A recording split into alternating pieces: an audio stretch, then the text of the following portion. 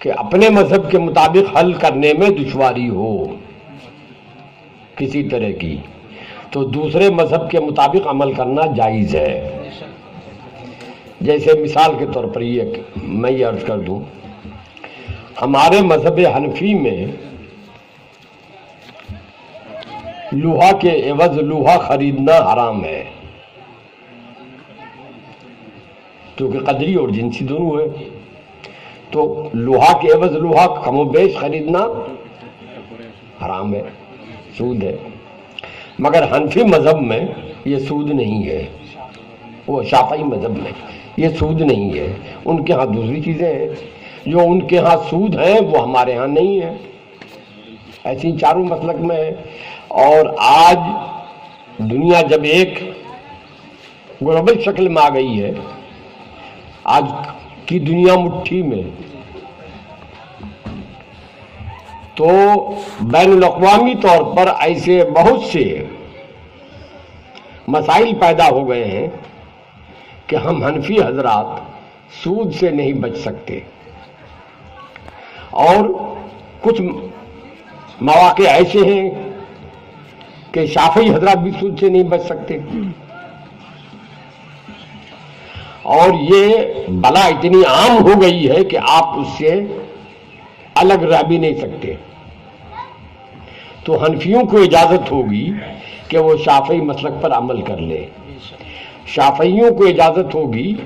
کہ ایسے موقع پر حنفیوں کے مسلک پر عمل پیرا ہو جائے۔ چھٹکارے کی ایک صورت ہے، آپ کو معلوم ہے ہمارے ہاں حرمت مصاہرت چھونے سے بھی ثابت ہو جاتی ہے، شہوت کے ساتھ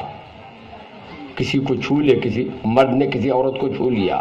یا کسی عورت نے مرد کو چھو لیا تو دونوں میں حرمت ثابت ہو جائے گی۔ کئی سال پہلے بڑا ہنگامہ ہوا تھا پورے ملک میں، ہندوستانی میں،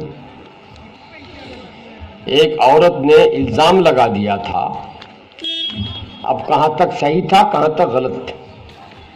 یہ تو اللہ جانے، مگر اس نے دعویٰ یہ کر دیا تھا کہ میرے شوہر نے میرے سسر نے میرے ساتھ زیادتی کی ہے۔ اور آج کا جو میڈیا ہے، یہودی میڈیا، جس کے اثر سے ہندوستان کا میڈیا خالی نہیں ہے، ہم سنیوں کے پاس کیا مسلمانوں کے پاس کہہ لیجیے، مسلمان کہلانے والوں کے پاس کوئی ایسا ذریعہ نہیں ہے کہ ہم اس یہودی لابی کا مقابلہ کر سکیں۔ اب یہاں کی میڈیا کرتی کہتی کسی بھی داڑھی والے کو دیکھا پوچھ لیا کہ بھئی کیا ہوا، اور اتفاقاً دارالعلوم دیوبند سے فتویٰ بھی آ گیا تھا کہ وہ اپنے شوہر کے لیے حرام ہو گئی، سسر کے لیے تو پہلے سے حرام تھی، اب شوہر کے لیے بھی حرام ہو گئی۔ اس کو میڈیا نے خوب اچھالا، اسلام کا مذاق اڑایا کہ بتائیے اب وہ کہاں جائے، پوری جوانی کیسے گزارے، سسر کے لیے تو پہلے ہی حرام تھی، اب شوہر کے لیے بھی حرام ہو گئی، اس کا تو کوئی قصور نہیں، قصور تو اس کے سسر کا، اور سزا اس کو کیوں دی جائے، وہ طرح طرح سے، جس سے بین الاقوامی طور پر اسلام کی حرمت کی پامالی ہو رہی تھی۔ تو میں نے اسی موقع پر یہ ایک کانفرنس ہوئی تھی شیخ صاحب کے ہاں کیرلا میں، جس میں عرب کے علماء بھی آئے تھے، میں نے وہاں یہ آواز اٹھائی تھی کہ اس موقع پر ضروری ہے کہ ایک دارالافتاء والقضاء مشترکہ قائم ہو۔ میں نے دلی کی بات کی تھی کہ دلی میں قائم ہو، جہاں حنفی مفتی بھی رہے، قاضی بھی رہے، اور شافعی مفتی بھی قاضی بھی رہے، قاضی بھی رہے۔ اب اگر اس طرح کا کوئی مسئلہ درپیش ہو جس سے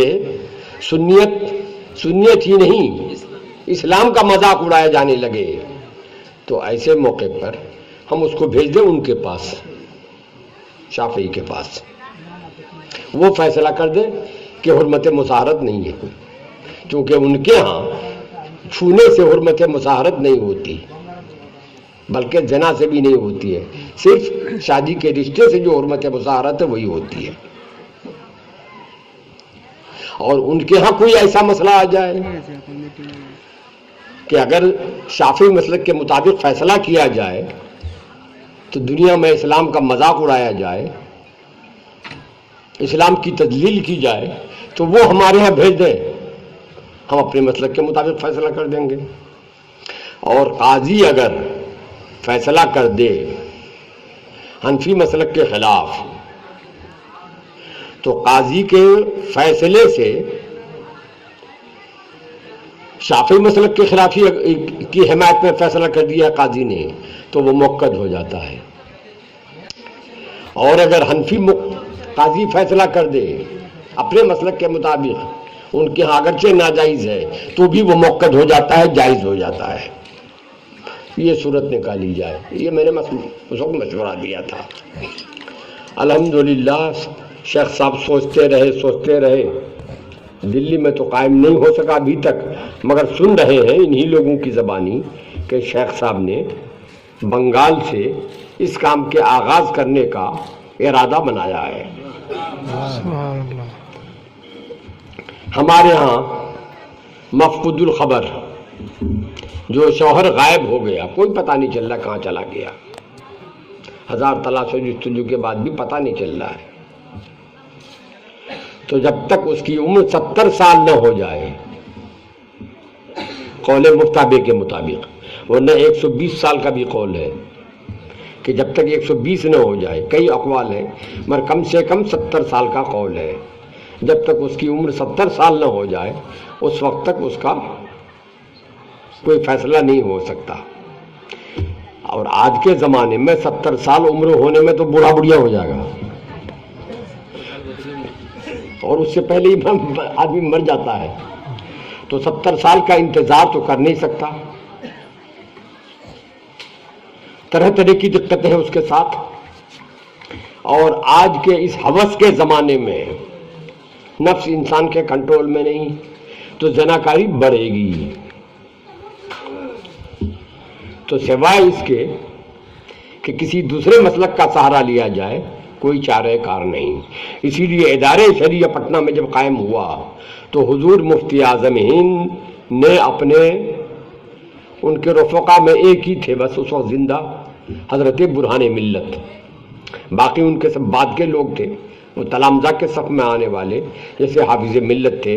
مجاہد ملت تھے، مفتی رفاقت حسین صاحب تھے، یہ لوگ، ان لوگوں نے غور و خوض کر کے مالکی مذہب کے مطابق فتویٰ دینے کا اور فیصلہ کرنے کا اختیار دیا اور دستور بنایا کہ ضرورت کے وقت امام مالک کے قول پر عمل کر لیا جائے۔ حضرت علامہ ابن نجوم مصری نے بحر الرائق میں یہ لکھا ہے کہ ہمارے مذہب حنفی کے مطابق کسی نے قسم کھا لی، کسی نوجوان نے، کہ جب جب شادی کروں تب تب طلاق، جب جب شادی کروں تب تب طلاق، بلکہ یہ بھی ساتھ میں کہہ دیا کہ میں نہیں کروں، کوئی کرا دے تو بھی طلاق، یعنی نکاح فضولی بھی نہیں ہو سکتا، نکاح اصلی